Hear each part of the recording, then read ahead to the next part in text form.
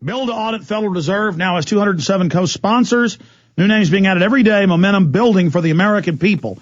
Thanks to Ron Paul and all of your phone calls to Congress, all the letters to Congress.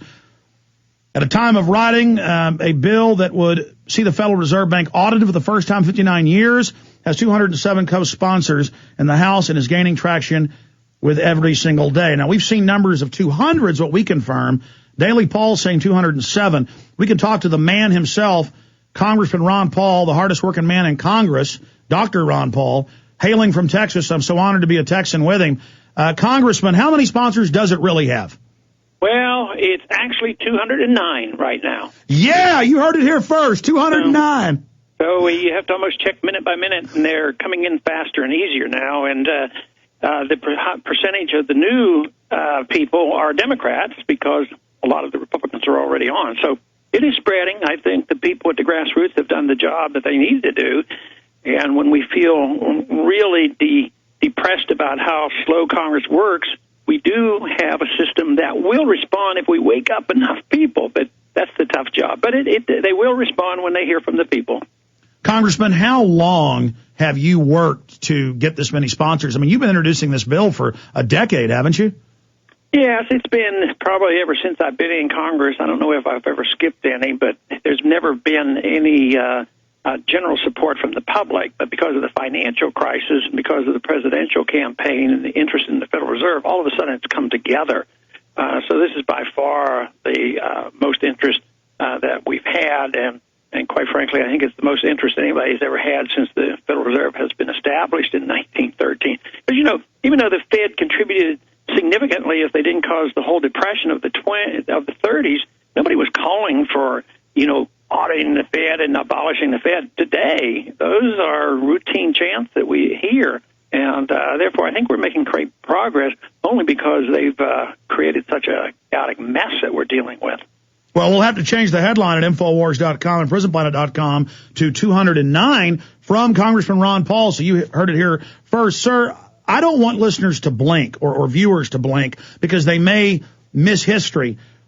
I don't think even our own movement realizes the gravity of the fact that it looks like this bill has a good chance of passing if you get another 10 or so sponsors, and the Federal Reserve has hired lobbyists to try to block this. Their arrogance, their veneer of invincibility, their cloak of invincibility is falling away. People see that they can be beat. They see that they are not above the law. It's viral videos with the former Fed chairman and current Fed chairman saying they're above the law and no one can look into them and no agency of government of the three branches can. That is asinine on its face for even an uneducated, uninformed public on our system of government.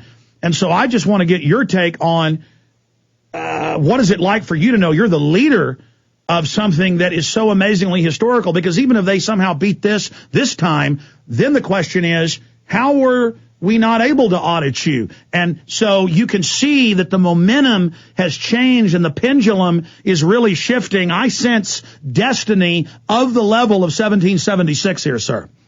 Yeah, I think there's no doubt about it. They can't put the genie back in the bottle because the odds are still, iffy about where this is going to go. I mean, there's the powers to be have a lot of tools that they can use. Conference committees, maybe they might block it in the Senate.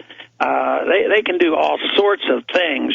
So I remain cautiously optimistic because I know it has a long way to go. But the issue will not be quieted down. I mean, the issue is out there, and if in some ways, let's say we have all this attention in this bill, and we get the majority in the Congress to endorse it, and it never gets out and never goes anyway. It's proof positive that we really need to do it.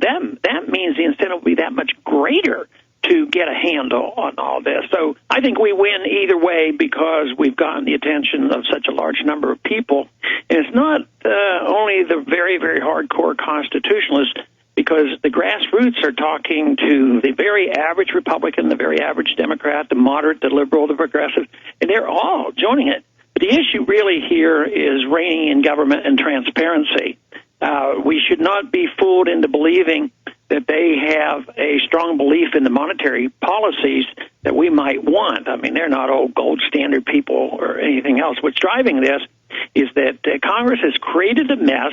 The Federal Reserve has been doing a lot secretly, and the American people want to know what's happening because they've seen too many special interests bailed out, not only by Congress and the Treasury, but by the Federal Reserve as well, and they're demanding answers. Congressman, in the 12 minutes or so we have left with you, I've got so many important questions concerning this. How do we explain to some of the public out there that this is all a process of liberty? Tyranny wasn't born overnight in this country, and liberty isn't going to take back over overnight. It's a constant battle between those two tidal forces, as you know. But if people said, oh, Ron Paul didn't win, so boo-hoo, I said, no, it built this giant movement. Now the biggest thing on campus isn't liberal or fake conservative. It's libertarian, it's freedom, it's constitutionalist. And now people are finally seeing that a year later, that it's building in strength, and that it's a process that even, as you just said, even if they defeat it this time, then people say, well, why can't we audit it? It's almost better if they do engage in chicanery and pull out the stops and beat it this time, because then everybody's going to want to know what they're hiding. Yep, that's exactly right, and that'll just energize our group of young people, especially, even more so. But I think it's an issue whose time has come, and it's not going to go away.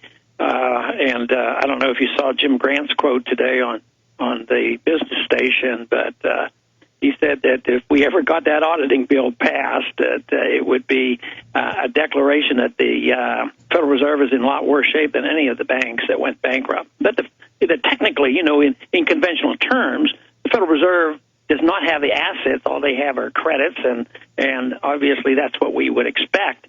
But that goes to prove why they can't be the salvation of this country. I mean, just counterfeiting money and doing mischief and serving the interests of their friends, that can't work. I think it's going to come to an end whether we win this legislative victory or not, because their system is deeply flawed. Ultimately, I think the solution comes if we're well prepared to offer it up when the system totally collapses. The financial structure has come unglued, but the dollar still works to a degree. People still are buying dollars and they don't know what to do with them. But when they get discouraged and they don't hold dollars anymore, and then they start buying up hard assets, they're starting to buy oil now more than they did a month or so ago, and they continue to buy gold, and China continues to buy gold. I mean, there's a lot of things, but the end stages of a situation like this goes very, very rapidly once the sentiment changes. Just like when the financial system collapsed, everybody rushed to dollars and interest rates went down to 1%, along with what the Fed was doing. But when a currency crisis hit, people went, holy man, let's get out of the dollar, and then you'll see the fireworks. Then we have to be prepared to say, don't just give us a UN central bank. I mean, the international planners they know what we know, and they're making their plans. They know their days are numbered. But the contest is between totalitarianism and liberty, and whoever wants the totalitarian approach has to have government monopolized money, and that's what we have to stop. In your gut, and we all know what the gut is, it's thousands of pieces of data integrated in, and the mind comes up with a prime projection. In your gut, Congressman, do you agree with me that in the last 2 months we were about to get the title shift or the flip to our side, but I can almost spiritually feel it at a DNA level that the shift has happened? Toward our way? Yes. Well, when I'm out of Washington, I have two perspectives.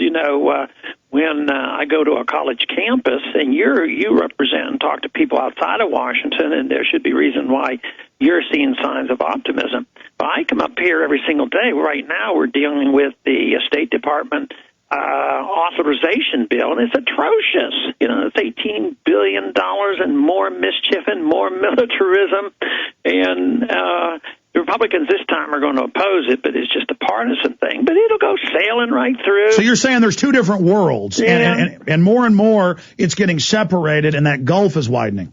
Right, and like this week, and I just got off the floor. I gave my all of 2 minutes, and I said, our president has asked us to go with PAYGO, pay the bills as you go along. Of course, for the liberal, that means raise taxes. Well, how can they raise taxes?